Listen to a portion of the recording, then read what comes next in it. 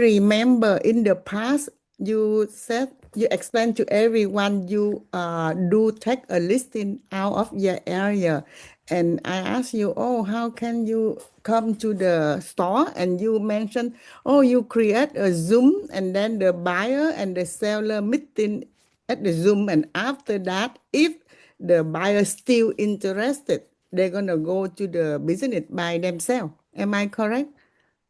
Yeah, I mean, depends on how far away it is and what size business it is. So, Oh, um, depend.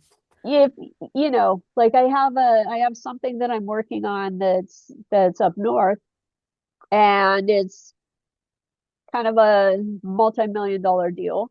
And Oh, so, I'll go up there, I'll fly up there and I'll go tour the businesses because it makes sense for me to do that. And I'll go up there and meet with a buyer or whatever. Probably not right away, but once we have a buyer, we've got an offer, it's been accepted and all of that, then I will fly up there again to meet with buyer and seller. but So it not just, before, but not before the offer.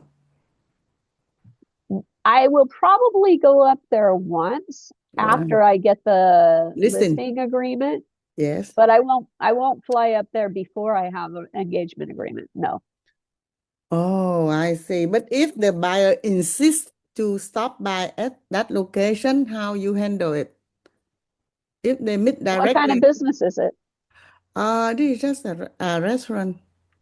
Oh yeah, then I just tell them to go have lunch or dinner. And it's go have lunch or dinner, act like any other customer would. You signed a confidentiality agreement. You Mhm. cannot Yes. ask the wait staff to go talk to the owner. You cannot ask for a tour of the kitchen.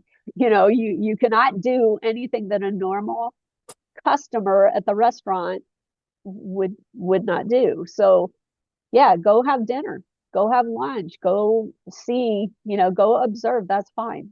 I don't have a problem with that. But if they insist to talk to the seller, do you have to fly? Do you have to go up there No, because then I there do Zoom. Then oh, that's Zoom. only Zoom? Yeah. Yeah. And after that, you let the buyer bid to the seller after the Zoom meeting. And after there's an offer that's been accepted, I understand. Yeah, because the due diligence process requires buyer and seller to communicate with each other. that's correct. Yeah. And I don't want to be a bottleneck in that process. Oh, So I stay out of, once an offer has been accepted, I kind of stay out of the due diligence side of it. Now buyer and seller need to be talking directly to each other so oh, they can, so due diligence can be facilitated correctly. yeah.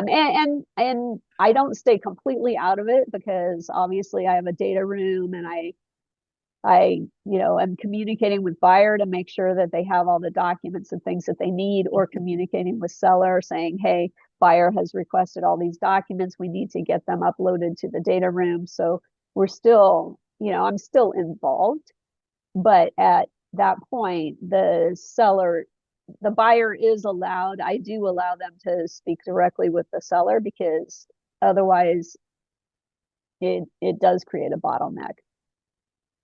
Oh, So thank you. Thank you so much, Tanya. Thank you. yeah, sure. There's lots of ways to do it, Diane. I know some brokers that don't want buyer and seller ever talking to each Yeah. other until after the Yes. deal closes. But the problem with that is now you have a transition period to transition the business. And if the Yes. buyer and seller have not established any type of rapport or relationship, then that can be very difficult and very clumsy. So, Oh, and the other thing is if buyer and seller are talking to each other and there are questions or concerns, maybe there's certain types of conflicts where you can almost tell that, hey, this is not going to work well. I mean, this transition is going to be horrible and this thing's going to land oh, in court. Then you can find ways, to bring out information or bring things up that are going to cause buyer to walk away. Oh, I understand. So it depends on the business, depend on the situation, many Yeah. factors involved, not just 1 + 1 = 2. No. Yeah. Yeah. I mean, there's a lot of variables in there to manage. Yeah, totally agree. Thank you, Tanya. Yeah, sure.